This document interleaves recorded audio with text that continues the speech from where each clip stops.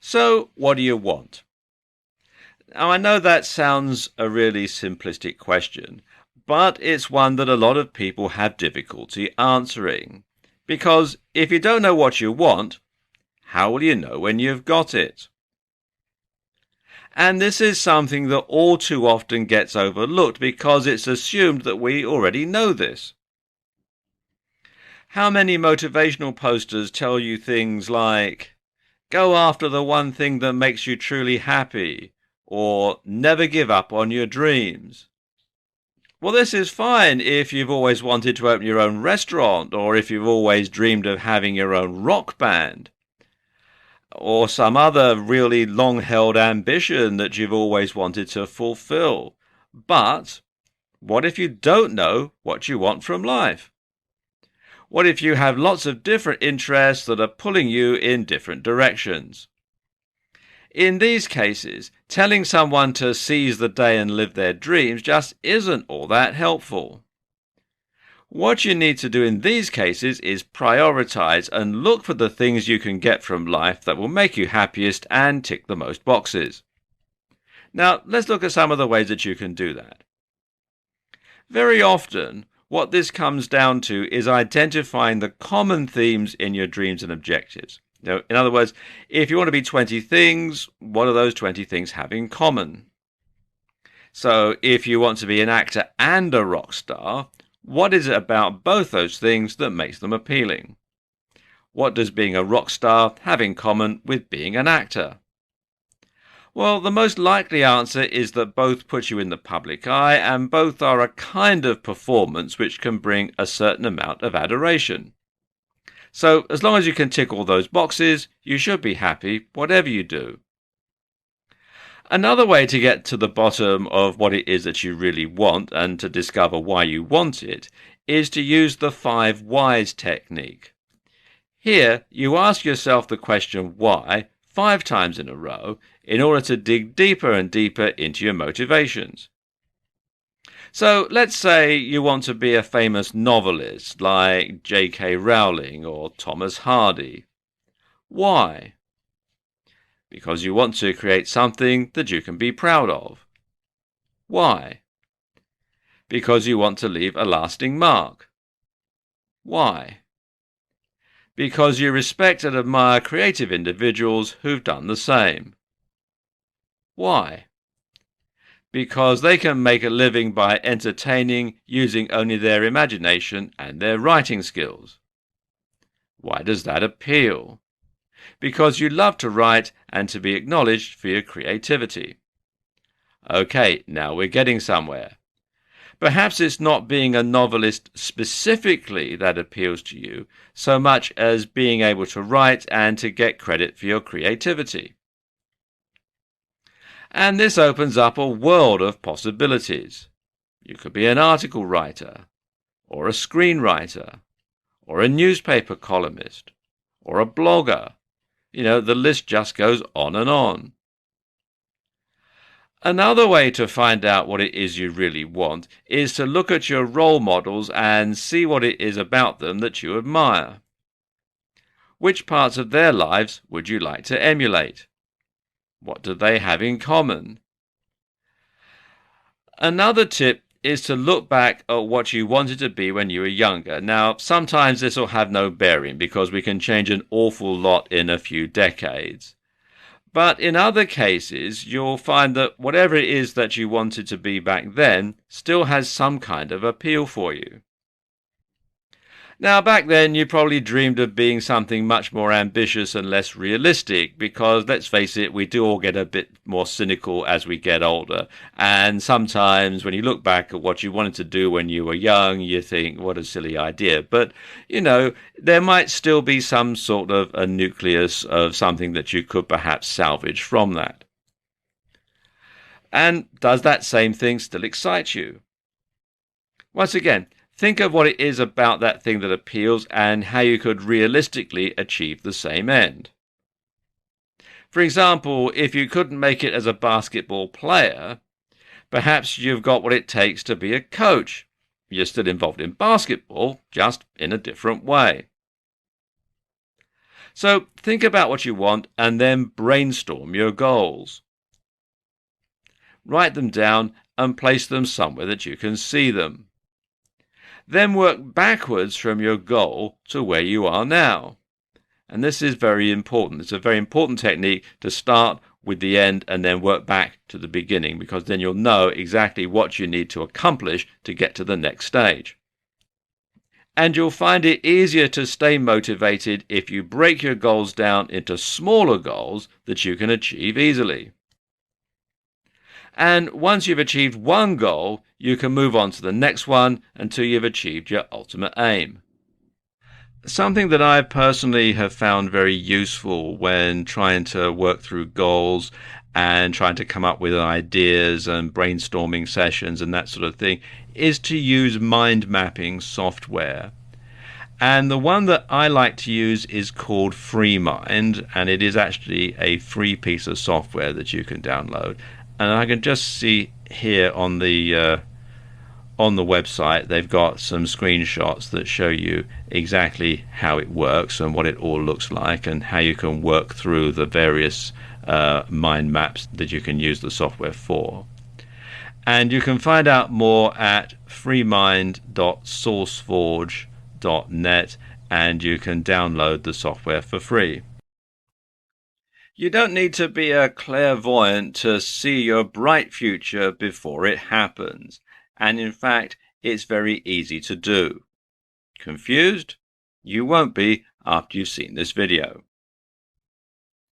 Now, most people believe that we think in thoughts. That is to say, we have an inner monologue that works like the thought bubbles in comic books. Recently, though, more research suggests that we think in lots of modalities. Sometimes we visualize. Sometimes we imagine our bodies doing something and almost feel what we're thinking. And sometimes we just know. And this latter example is called unsymbolized thought. In fact, thinking with our bodies and our senses might just be what enabled us to develop thought in the first place. Now, briefly, embodied cognition is the idea that all our thoughts eventually relate back to physical experience. So you can imagine something because you've done it.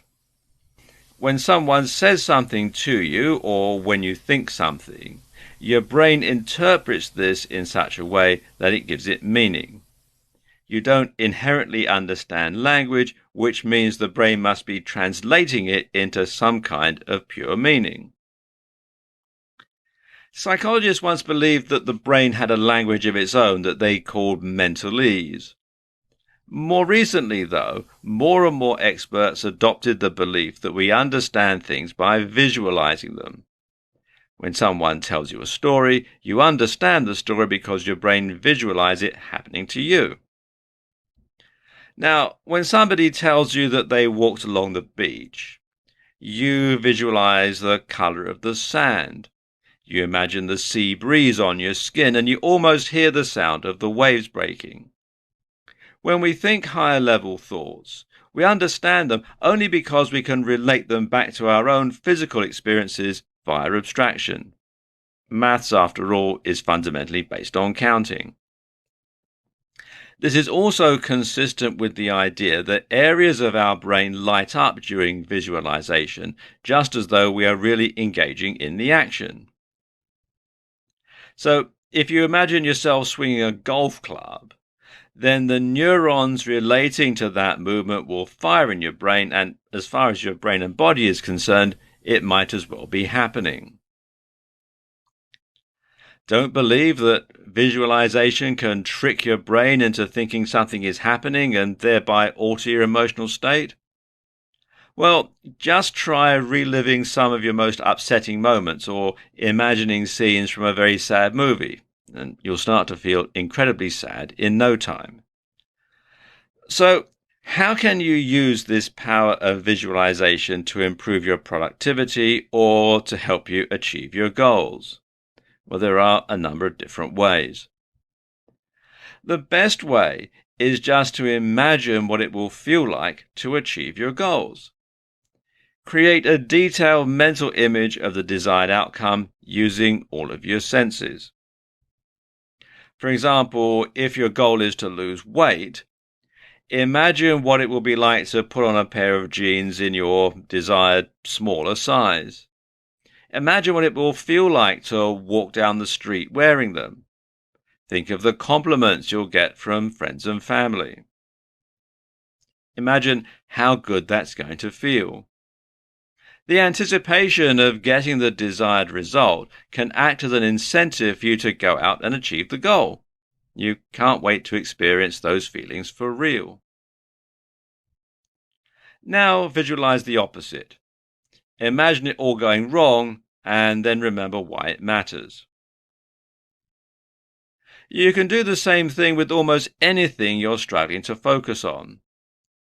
By linking what you're doing back to the emotional hook and the reason that you're doing it, you can much more effectively find the determination and drive that you need to complete it. Keep your goals in mind and you'll be much more motivated every day to get out of bed and start working out, or to work on your personal project, or to practice your musical instrument, or to put in your very best performance at your work. In this video, I want to talk about reprogramming your brain using a technique called CBT. Now, what is CBT? Well, CBT stands for Cognitive Behavioural Therapy. And according to the UK's National Health Service, cognitive behavioural therapy, otherwise known as CBT, is a talking therapy that can help you manage your problems by changing the way you think and behave. It's most commonly used to treat anxiety and depression, but it can be useful for other mental and physical health problems. Now, before you start thinking that because I'm using words like therapy and mental health, I'm implying that you must be some gibbering, straitjacket-wearing nutjob who needs to be locked up in a padded cell for his or her own protection, like our friend here, to benefit from CBT, nothing could be further from the truth. Everyone can benefit from introducing CBT into their lives. CBT is based on the concept that your thoughts, feelings, physical sensations and actions are interconnected, and that negative thoughts and feelings can trap you in a vicious cycle. CBT aims to help you deal with problems in a more positive way by breaking them down into smaller parts. And it looks for practical ways to improve your state of mind on a daily basis. So, how does CBT work in practice? Well, generally, it involves several steps and several different techniques that, when combined, allow you to control the way that you think and feel. The start is to identify the way you feel and what you're thinking when you're doing something. And one technique is to use mindfulness meditation. Simply by choosing not to let your thoughts and emotions affect you, you can become less controlled by them and less susceptible to your own fears and negative thoughts. Just empty your brain and concentrate on the here and now and what's going on around you. But at the same time, when the thoughts do start to creep in, you're going to make a note of them so you can try and change them. And this technique is called journaling. And what you do is you write down the feelings as they come to you, or you can write them in a journal at the end of the day. The next steps fall under the category of cognitive restructuring, and you can think of this as reprogramming yourself. And the first is thought challenging. Now, thought challenging is simple. It means that you're looking at all those thoughts that you made a note of, and now you're challenging them and testing whether or not you think they're really true. So, if you're afraid of public speaking, it may be that you think things like, I'm going to stutter and everyone will laugh at me. In thought challenging, we're going to deconstruct that belief and see if it really is likely or if it's anything to really be afraid of. So ask yourself, why would you stutter? Do you normally stutter when you talk? Why would people laugh at you? Are people usually that unkind? Would you laugh if someone had a hard time giving a speech? Or would you be more sympathetic and understanding than that? Does it matter? If you aren't going to see these people again, why does it matter what they think of you? Ask yourself these things and focus on the fact that the worst case scenario really isn't all that bad. Once you can start doing that, you'll see there's nothing to be afraid of. You can even repeat a maxim to yourself as a positive affirmation. It really doesn't matter what these people think of me. It really doesn't matter what these people think of me. You can think that to yourself over and over again. Hypothesis testing can be one of the most unpleasant and upsetting parts of CBT, but it's also by far one of the most immediately effective. The idea is that you're looking at those fears that you have, and then you're going to test if they're true. Now, let me give you an example from my own experience. When I was a boy, I had a terrible fear of escalators. I used to have this terrible feeling that when I got to the end, where it disappears underneath and rolls round, that it was going to chop my feet off. Or that if I was going up the escalator, a shoelace or a piece of clothing would get snagged in the escalator itself or in the handrail, and then when we got to the end, it would rip my arm off or rip my leg off. I mean, I didn't realize that escalators do have fail-safe devices built in to stop that happening. So every time I went anywhere and there was an option to use the stairs instead of the escalator, I always took that. And the more I avoided escalators, the worse my fear and my phobia got. Well, one day, I suppose I was about 10 years old, and I went up into central London with my parents, and we took a journey on the London Underground, on the tube. And we went on the Bakerloo line. And for those who are familiar with the London Underground, you'll know that this is actually one of the deeper lines on the system.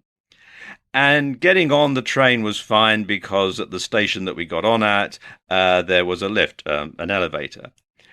But when we got to our destination station, the only way out was up the escalators. And it was really crowded, I remember, and we were sort of pushed on by the crowd. And when we got to the bottom of the escalator, and I didn't want to go up, and there was no other way of getting up, though, and somebody, probably my mother, I suspect, gave me a hefty shove in the back and pushed me onto the escalator. And it was a really long escalator, like the one in this picture. And I was absolutely petrified all the way up. And then we got to the end, and I had to get off, and guess what? Nothing happened. I was perfectly all right. It didn't chop my feet off or rip my arm off or any of the other phobias that I had. It was absolutely okay. And then, of course, when we were going home, I had to go down the escalator to get back on the train, so I had to repeat the whole process all over again. And we got to the bottom, and everything was fine. I still had both legs attached and nothing had fallen off, and I hadn't been badly injured, and my fear and phobia was proved to be absolutely groundless. Now, although I didn't realize it at the time, what I was doing was hypothesis testing. My parents and everybody else using the escalator knew that nothing bad was going to happen. And deep down inside, I probably knew that too. All I needed was to have the hypothesis put to the test. And it worked, and my fear of escalators vanished. And when I grew up, I worked in central London for many years, and I used to go up 2 flights of escalators at Tottenham Court Road tube station every day, and I had absolutely no trouble at all. Now, obviously, you have to use some caution here. You don't want to test your fear of heights hypothesis by jumping off a bridge because you'll probably die. But going up to the observation deck of a skyscraper isn't going to do you any harm. You can use CBT to improve your life. You can use CBT to overcome any phobia or any problem. So if you're afraid of heights, assess why and then address those fears and reprogram the way that you think about them. If you find you're not great at meeting other people, you can practice in your mind and force yourself to face those fears. And you can take CBT further too and impact on other areas of your life. For example, if you're someone who struggles to get to sleep, you'll know it can impact on every other aspect of your life, leaving you tired and stressed. The problem? Well, the later it gets, the more stressed and anxious you become. And the solution is to apply a little CBT. This time, the focus is going to be on identifying your thought processes and seeing what would be more useful in that given moment. The problem is trying to force yourself to sleep. Now, when you do this, you create stress, and then when you're stressed, of course, you can't sleep. So instead, try reminding yourself that it doesn't matter if you get to sleep as long as you're resting. Resting is good for you no matter what, so just lie down and enjoy being comfortable. Focus on it and you'll be asleep in minutes. You can also use CBT to deal with stress. Actually, stress is not really one thing. Instead, it's a spectrum of responses that occur in response to dangerous situations. It all harks back to your inner caveman or inner cave woman, and the part of your brain responsible for triggering the fight or flight mechanism. Now, if you were attacked by a woolly mammoth or a saber-toothed tiger, you'd either want to fight it, kill it and eat it, or flee from it before it killed and ate you. And this function still has a use in our modern world. If your house was on fire, you would need to trigger this mechanism to get away fast. Likewise, if a mugger had you cornered, you may have to fight him off and escape. The trouble is, not everything we perceive as dangerous is dangerous. Deep down inside, we know this, so we ignore it. And this conflict with one part of your brain saying, this is dangerous, and the other part of your brain saying, no, it isn't, causes us to be stressed. Now, of course, some stress can be good for you. If you're up against a deadline at work or you're studying for an exam at school, then stress can spur you on to achieve your full potential. So the solution in dealing with stress is to step back from the situation and examine it logically. Are you really in any immediate danger? What's the worst thing that can happen? How realistic is the worst case scenario? Now, when you do this, chances are that your stress levels will go down because you'll start thinking logically rather than using your gut instinct, your caveman, cavewoman, fight or flight mechanism. And you can also use a mantra to help you reprogram your mind to overcome the stress as well. Now, exactly what you use will depend on the situation, but you should reassure yourself that the situation isn't dangerous and you should keep calm and carry on. In addition to dealing with stress, CBT is incredibly effective for treating anxiety attacks. Now, ironically, one of the biggest dangers with anxiety attacks is that they make us stressed. Because we're stressed about anxiety, this makes us become even more stressed, and we work ourselves up into a fluster that can end with fainting and hyperventilation. Not good. The solution? Well, just acknowledge it for what it is and allow it to pass. Say to yourself, this is an anxiety attack. I must let it run its course, and then you just allow it to happen. And go about your business as you normally would, and don't try to do anything about it.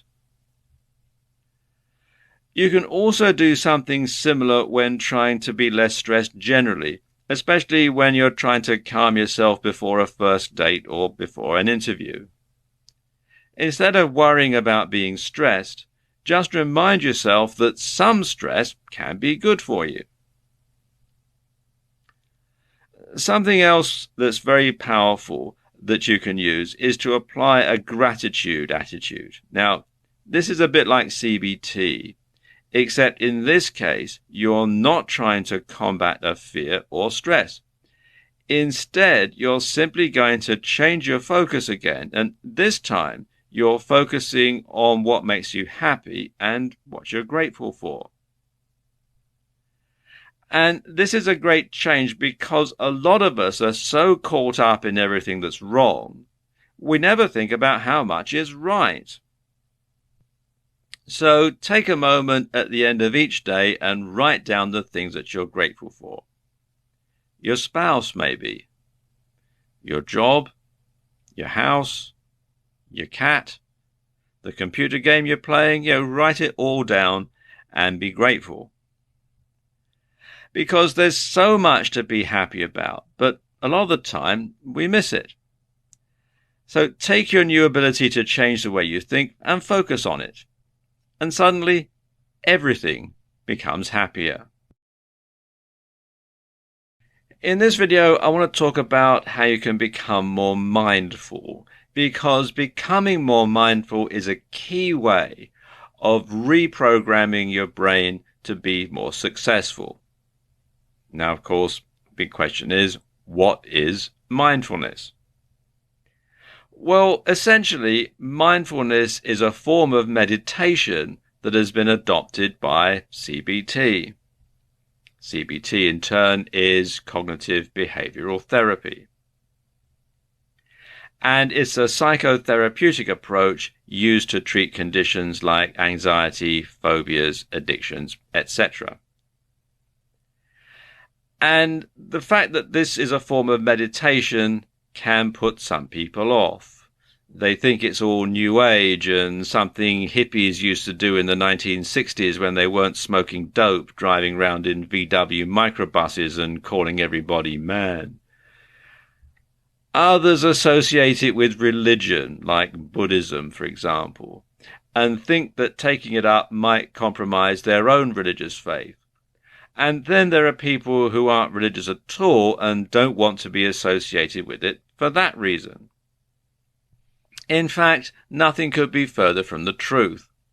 You can practice meditation whether you are a religious person or an atheist. All meditation really is a directed attempt to control your thoughts and the contents of your mind. And in so doing, you can gain some peace and quiet, or at least be able to better understand the contents of your own brain. So meditation essentially gives us a tool we can use, not only to calm our thoughts and escape the stresses of the day, but also to reflect on the contents of our mind in the interest of self-improvement. And, well, that's all it is, really.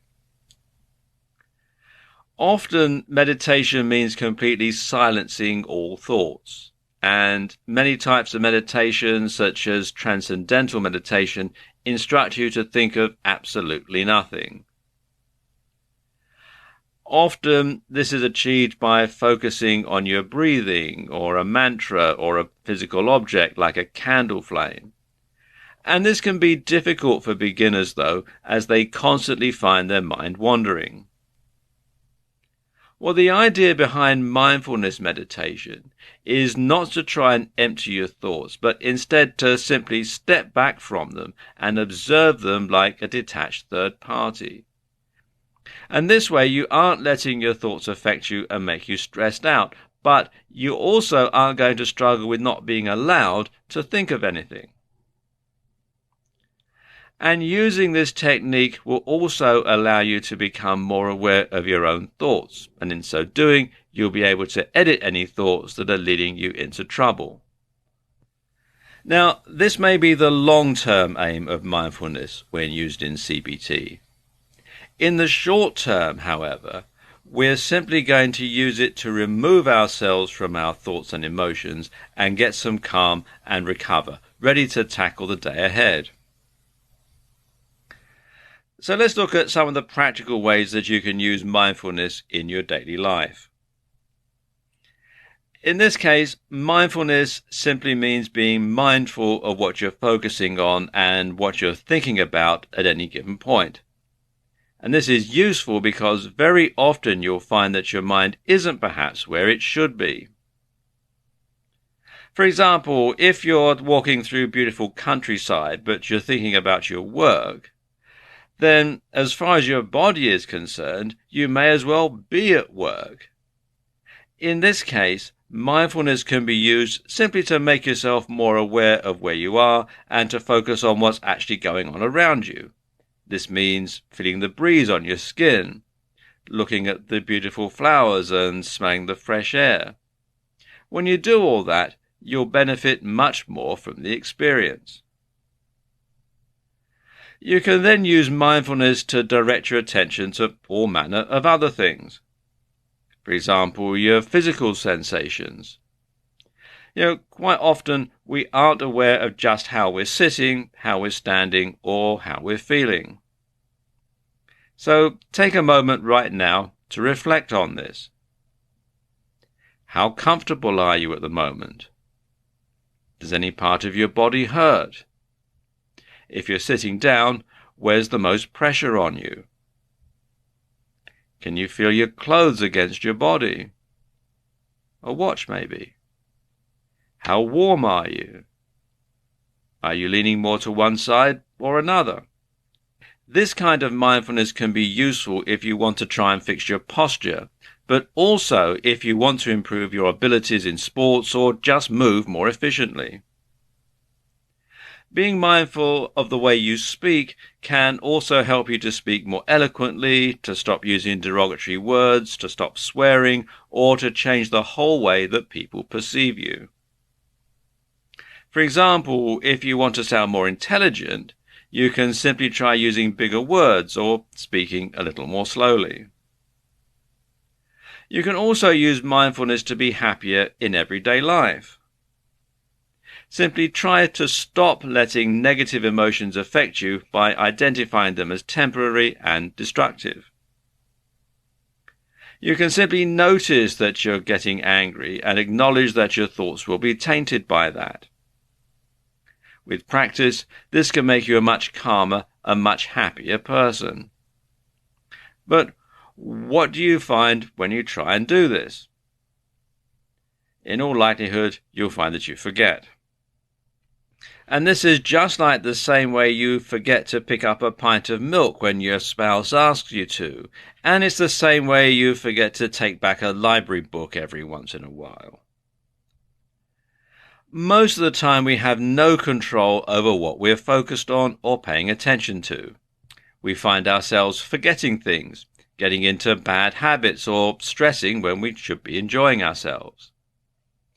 Practicing mindfulness, both as a form of meditation and during the day, can help to improve your ability to control your thoughts and decide how you want to improve yourself and what you want to focus on. When conditioning your mind for success, sometimes it's hard to break old habits and change everything at once. And that's where Kaizen and the law of attraction come in. Let's look at each of them in turn. Kaizen is Japanese for improvement, and when used in the business sense and applied to the workplace, Kaizen refers to activities that continuously improve all functions and involve all employees from the CEO to the assembly line workers. When used generally in your life, it can mean lots of little changes that add up to one very big change.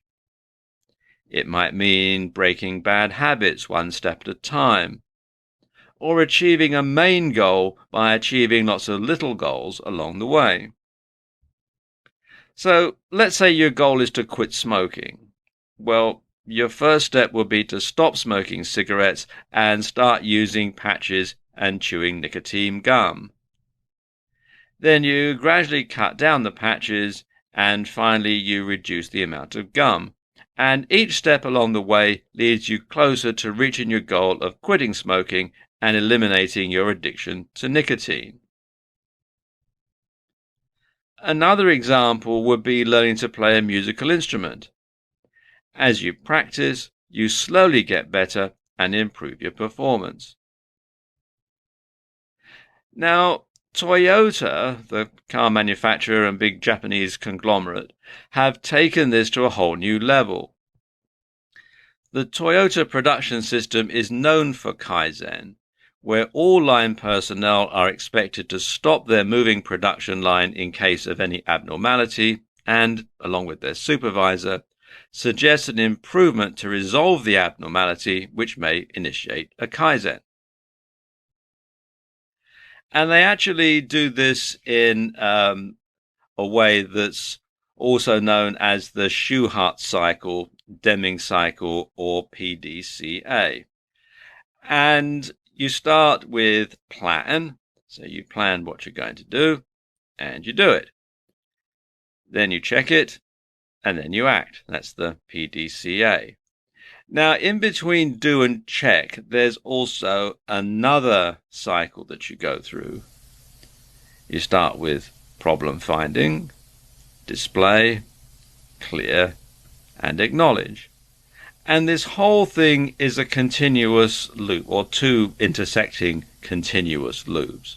So as soon as you've completed the last step, which is act, immediately you're starting to plan again. So you're planning the next step. So plan, do, check, problem find, display, clear, acknowledge, act, and then plan and on to the next step. And the whole thing is a continuous cycle over and over and over again. So it's a continuous improvement with every step of the way.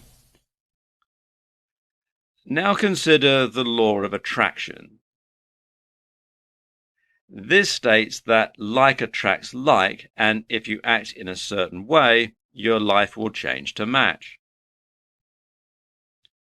When applied to health, the law of attraction states that worry, fear, stress, or other negative thoughts can make people sick, while positive thoughts of wellness or love can keep people healthy and even cure illnesses.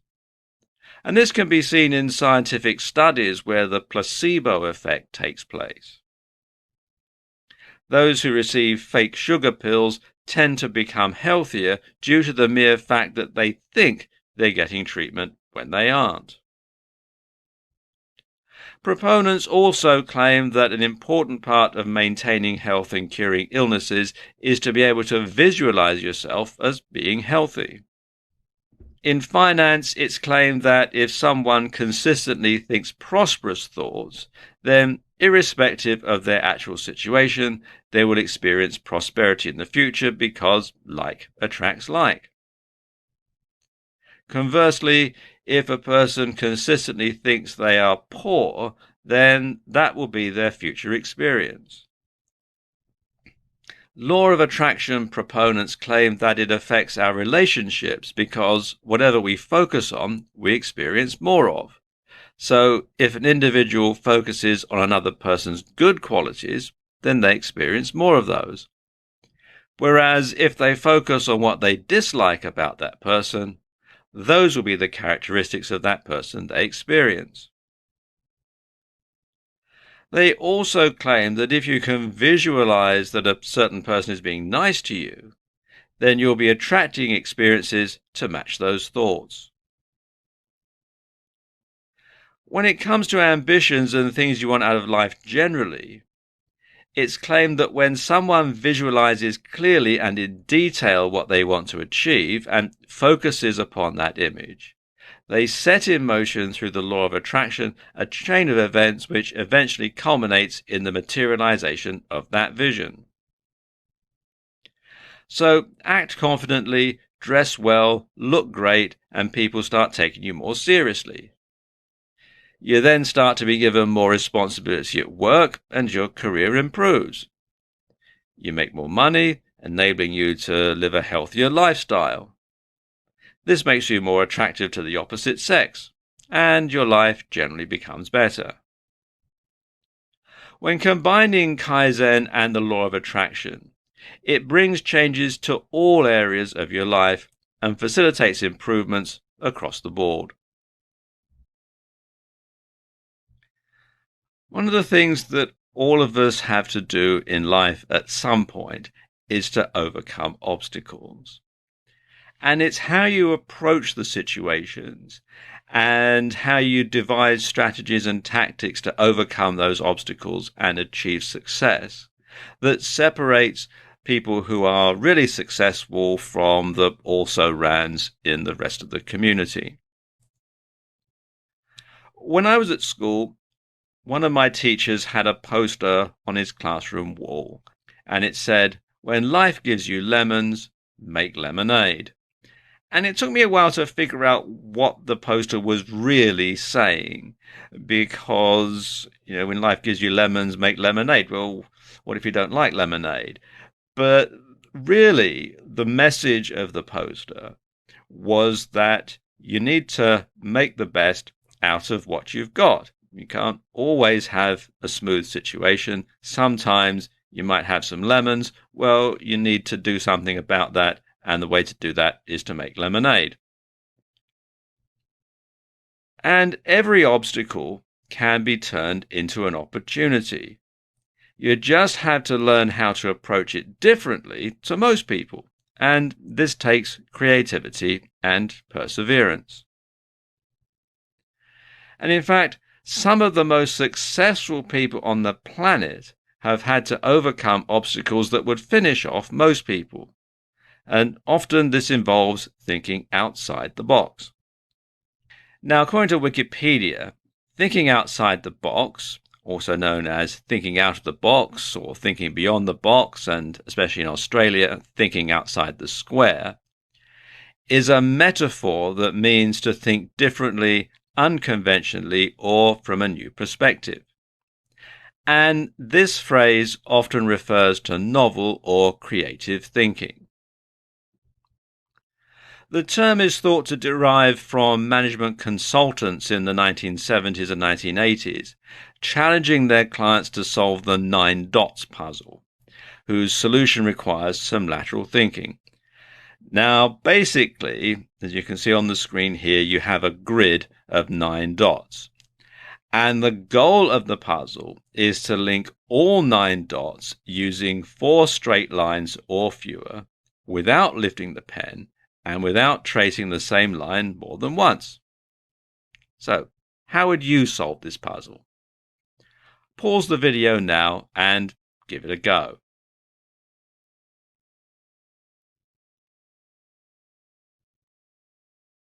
Did you have a try? Well, here's one solution, and you'll notice it involves thinking outside the box. The instructions say you've got to use 4 lines or less.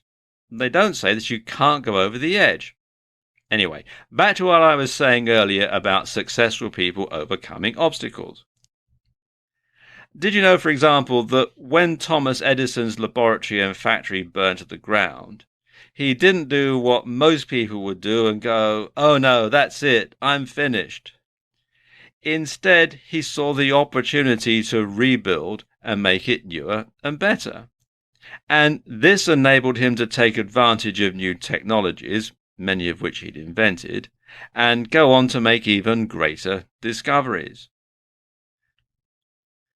Bill Gates' first business went bust, so raising finance for his next venture must have been a real obstacle. You go to the bank manager and ask for a loan, and they want to know what your experience is in business, and you say, "Well, my first company went bankrupt with massive debts," and the bank manager will say, "Thank you very much," and show you out the door. So obviously it took a lot of ingenuity for him to actually find the money to start his new venture to overcome that obstacle. And of course, the new venture was Microsoft, and it went on to make him a multi-billionaire. But for a lot of people, the fact that they've had one business and it's gone under, that is going to make them, a credit risk as far as conventional finance is concerned, and they won't be able to overcome that obstacle if they follow the conventional route. Oprah Winfrey got fired from her first job as a local TV station because the producer thought she was unfit for television, which is hardly a glowing reference. So she had another big obstacle to overcome when she tried to get another job at another TV station. And if you've ever been fired from a job, you'll know that it is actually very difficult to find another one in the same line of work when you can't get a reference and your previous boss thinks you weren't any good. James Dyson got fed up with his vacuum cleaner losing suction when the bag got full, but he went through over 5,000 prototypes before he perfected his bagless vacuum cleaner. Now, I could go on, but I think you get the picture. Now, sometimes brainstorming is the best way to come up with ideas and overcome obstacles. In a brainstorming session, a group of people get together and try to come up with as many ideas as possible. Everything, no matter how silly it might seem, gets written down. And actually, sometimes coming up with a silly idea that you know isn't going to be taken any further can spur other people in the room to come up with actually a really good idea because your silly idea gets them thinking. Now, all these ideas get whittled down to a few good ideas or solutions that are researched further, and the best idea is acted on or put into practice. And the best thing to do in a brainstorming session? You guessed it, think outside the box. In this video, I want to talk you through designing your ideal lifestyle. And this is something that so many people get the wrong way round. Now, all this comes down to lifestyle design. Well, what is lifestyle design? Well, basically, lifestyle design means choosing the job that will give you the lifestyle that you want. That means not assuming that your job needs to dictate your lifestyle. For example, if you want to build muscles and become very strong because weightlifting or bodybuilding is the most important thing in your life, you could get a job on a construction site. You'll get plenty of fresh air and exercise, and the constant lifting will build your muscles. The money tends to be pretty good, and you'll also save a fortune in gym memberships. If your main desire is to travel, you can get a job with an airline. Cabin crew jobs, especially on long-haul flights, give you the opportunity to travel to far-flung places. Airlines also offer subsidized or even free travel to ground-based employees, so a job in reservations, publicity, or even the accounts department could give you the opportunity to do a lot of traveling in your spare time. If flexibility is what you crave, then working online is probably for you. You can provide a service freelance, sell a digital product via your website or blog, run a drop shipping business on eBay, or a combination of all of them. You set your own hours, and you can even travel the world as a digital nomad. All you need is your laptop, a good Wi-Fi connection, and you're set to go. You can work from anywhere, anytime you please. The thing is, don't be afraid to be different. This may mean doing a manual job that lets you get fresh air and exercise. Or it might mean doing a job like rubbish collection that lets you work better hours. The problem people have with this is it's not what they're used to. Too often we feel like we need to live a certain lifestyle in order to live up to what's expected of us, or to be, in quotes, normal.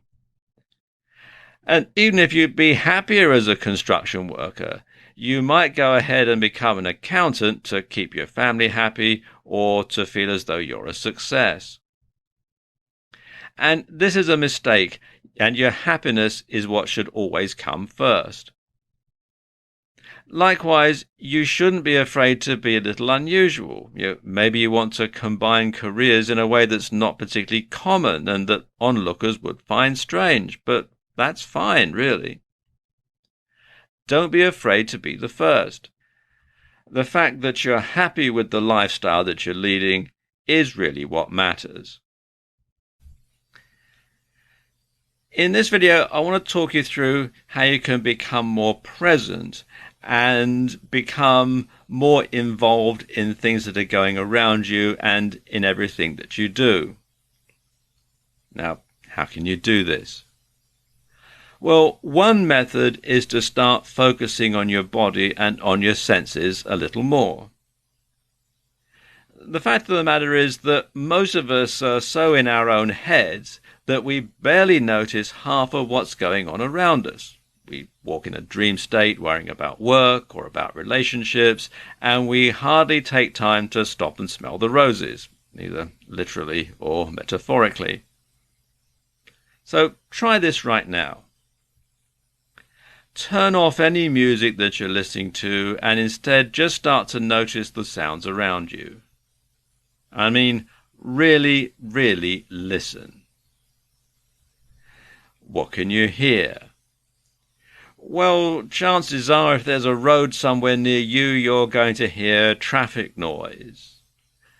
If you're listening to this at home or watching this at home, chances are you're going to hear noises from next door or perhaps from another room. You might hear people talking, music playing, somebody's TV set on, that sort of thing. All sort of subtle things in the background.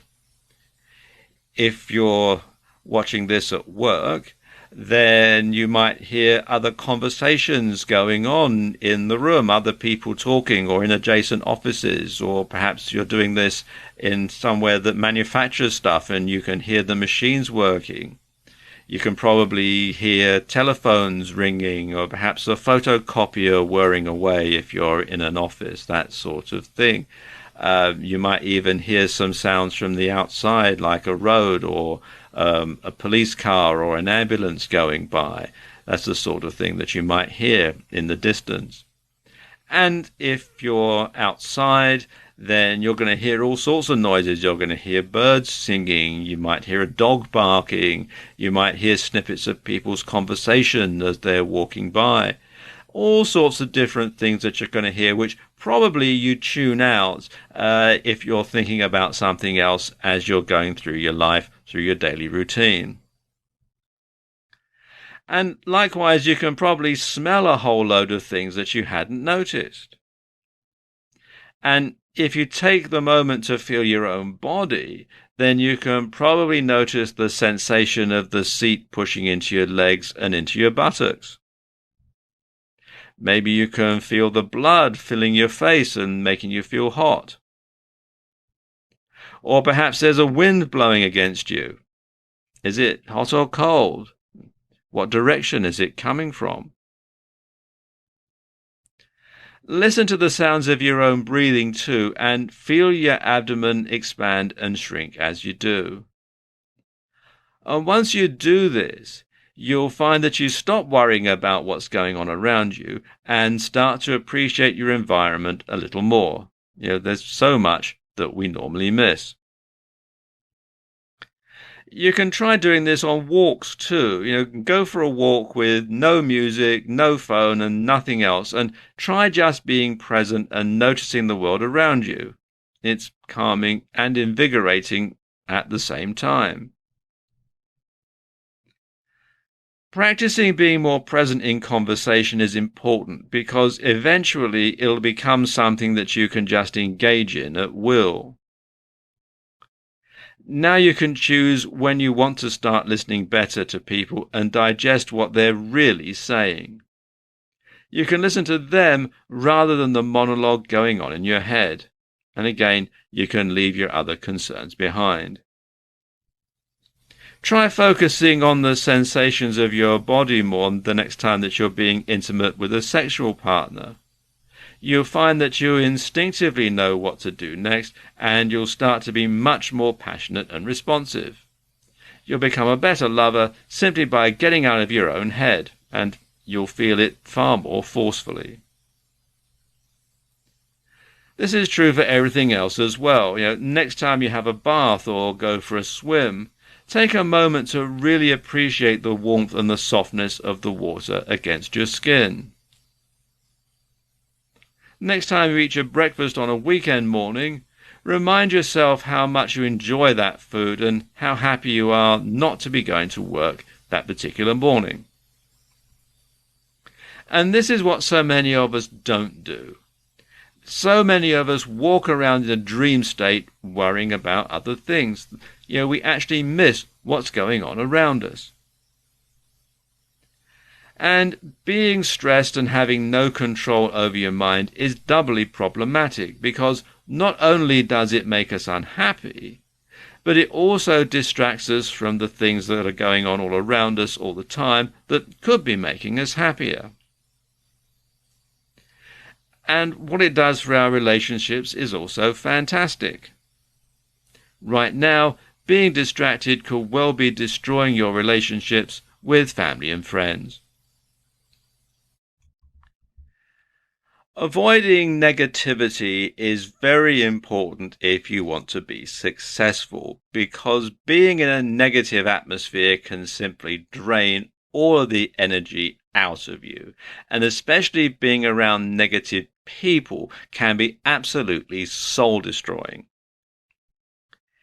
Here in the UK, there's a comedian called Harry Enfield, and he does lots of different characters. And one of them is this guy who's incredibly negative and finds fault with everything and corrects everybody. And he has this sort of irritating little nasally voice, and he goes, "You don't want to do it like that," all the time. Whenever somebody does something, "Oh, you don't want to do it like that, you want to do it like this." And he does this over and over and over again.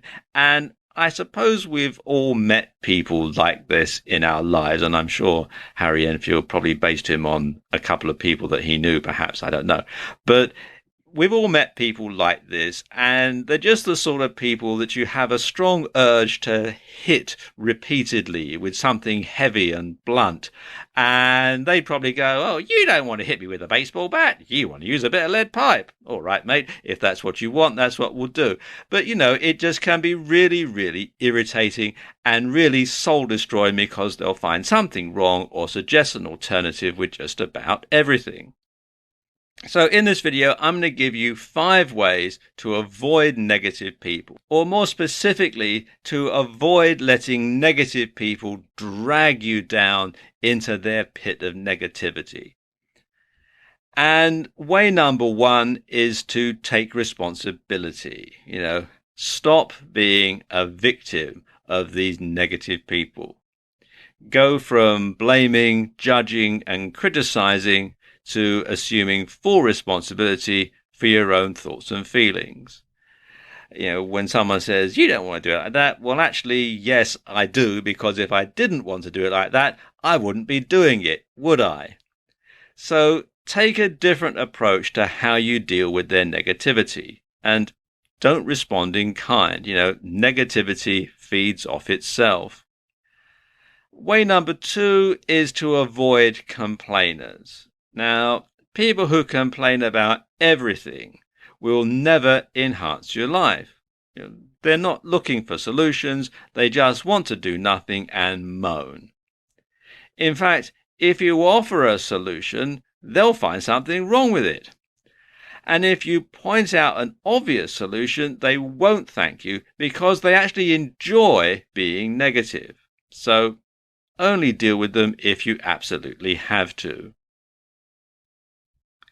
Way number 3 is to keep a positive outlook yourself. Like attracts like, and whether we like it or not, we attract into our lives people, events, and situations that mirror our internal state of mind. So, how do you feel on a regular basis? Are you feeling happy, excited, grateful, loving, Or are you feeling irritable, judgmental, negative, and frustrated? Keep those feelings in check. Way number 4 is don't overanalyze the situation. Negative people can sometimes behave irrationally, and you'll waste valuable time and energy if you try to make sense of all their actions. So do whatever you can to prevent yourself from becoming emotionally invested in their issues. Way number 5, let go of your own need to complain. Take responsibility for your own emotions and state of being. Don't go around complaining about how much other people's negativity is affecting you, because this will only create more negativity.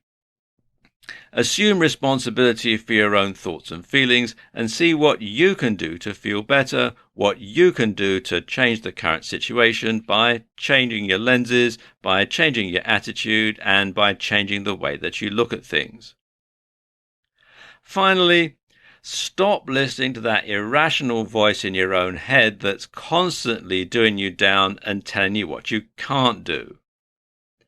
When you start taking a more positive attitude, you'll find that your life and mood will improve by the same proportions.